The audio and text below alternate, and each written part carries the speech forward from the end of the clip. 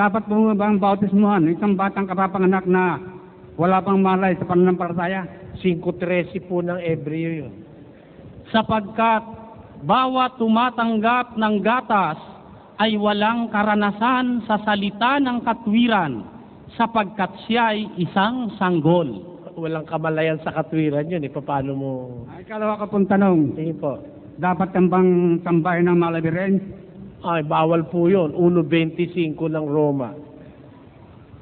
Sapagkat pinalitan nila ang katotohanan ng Diyos ng kasinungalingan, at sila'y nagsisamba at nangaglingkod sa nilalang kaysa lumalang, na siyang pinupuri. Ano po yan eh? Yan eh, pag-ano yan eh? Pagpapalit ng katotohanan sa kasinungalingan.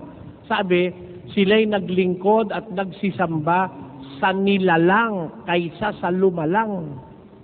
Kaya ang masasabi ko sa aking mga kapwa Katoliko, magbasa ka ng Biblia para makapagturi kayo mabuti. Doon yung matutuklasan yung kung totoo yung sinasabi ko. Kaya hanggat may panahon, mag-isip-isip na kayo. Malapit na ang wakas na sinasabi. Salamat po. Tayo'y magdahan-dahan ng umanib dito sa Iglesia ng Diyos na pinamumuno ni Brother Eli Soriano.